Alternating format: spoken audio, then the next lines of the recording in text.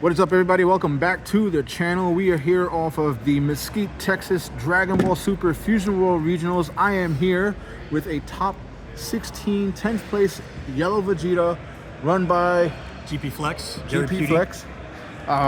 We played each other in this tournament, had an awesome match, mirror match, amazing game.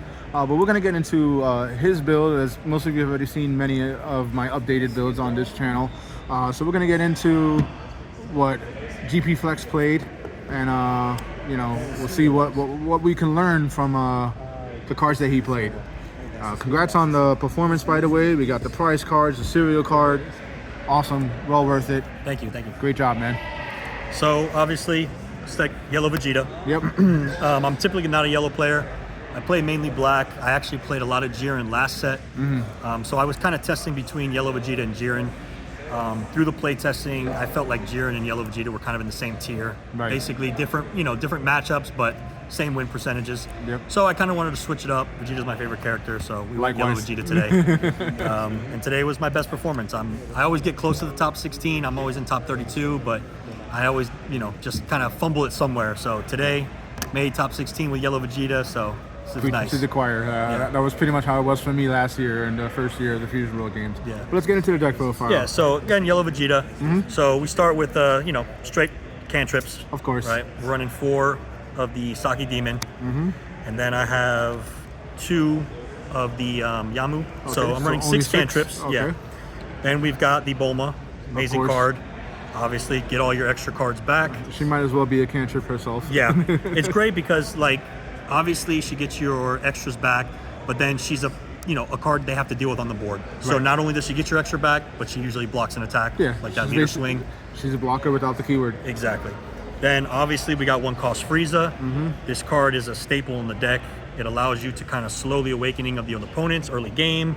It allows you to stun those pesky Gogetas and other decks that they keep standing, other cards that keep standing. Good 10k. So obviously very versatile card, and obviously a 4 of. Then I teched in Pui Pui. Yep, this seems to be a up-and-coming popular card now. Yeah, definitely. So I teched it in mainly because of Broly. Unfortunately, I didn't see any Broly today, but my first match was a UI, so it put in work there because I was able to remove the TOP. Yep. So even though it didn't play a huge role today, it's still 10k. Yeah, so. It's a 10k, it's a blocker. It has some good utility. Yeah. So MVP for me personally is probably this Zanga. This card caused me problems in our match. Yeah, it's he was just drawing so many cards. Caused a lot of problems for a lot of people. I think a lot of people don't expect this card. I started play testing it about 2 weeks ago because I was playing Yellow Vegeta and I found that there was no good 2-drop card. So you're either playing a lot of cantrips or for your Friezas, and then you're kind of going into your 4-cost Frieza, and there was just a gap, there was a hole. And she filled that hole perfect. It's like a perfect curve because if I have marker, I play cantrip 1, I K her on 2 with marker, and then boom, I go into Frieza. Right. So if they don't take care of her, I have Frieza on board, I have her, I'm able to KO with Frieza, and then use an extra energy to draw with her. She's a self-awakener, which is amazing because a lot of people will try to stall Yellow Vegeta, and you usually are only running Janemba for your self-awakeners. So having another 3 is amazing. And like I said, nobody wants you to draw these cards. So they have to take care of her, they have to answer her. So she put in a lot of work. I pretty much used her in every match. So definitely I would probably say, MVP obviously besides 4-cost Frieza. Of course. Yeah, like the 2-cost slot is always a point of contention in Yellow Vegeta builds. From the way I was playing it before these new cards came out, my 2-drop normally was the 2-cost Babidi that would search for Wicked Souls, just because it would search the 4-drop Vegeta, it could search Final Explosion, it could search the Energy Absorption, it could search the Yamu. So it had utility, and then as we got newer cards, that 2-drop slot kind of floated in and out. Exactly. This is a very good choice. Yeah, I even thought about running the Jace, just having the Awakening and the crit, but nah, she's way better, dude. Way better. Drawing 2 is always good. Exactly. So then obviously we got the Janemba, another great card. Awakens you.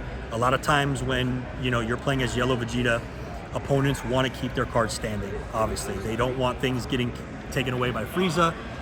So this being able to not only awaken you, freeze something on the board, slow their awakening because you get to attack into their board. Another great card.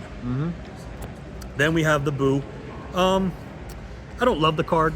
It's one that I think I could live without. Yeah, I but feel the same way. It fills the spot. There are some times where it's beneficial. I play the 5-cost double striker. Yellow has crappy double strikers. Right. So I play the 5-cost Boo. So if I'm playing that, being able to pull him out every once in a while, it can't help late game, but we all know what he does. He's good. Then we're running, obviously, the Star. Attention players, thank you for joining us this weekend for our mixed regional. 3. If you are not you definitely actively could run finishing 4. a side event, please gather your things and head to the front door. We appreciate you coming, and we look forward to seeing you at our next event. So I'm running 3 of the Frieza. Yep. You definitely can run 4. There were a couple times where I was a little worried I wasn't going to find it, or I found it last minute. But, 3 is a good number. Like I said, I did find it every time, but 4, I maybe would have solved a little bit more. You don't want to get bricky in the hand with it, so. Indeed. Then we're running, obviously, Old Faithful. Yep. Goku, 4-cost Goku, 10Ks, get you out of some sticky situations, late game. Stun cards. Exactly. Keep them asleep. Another sleeper card is the 5-cost Vegeta DA. Yep.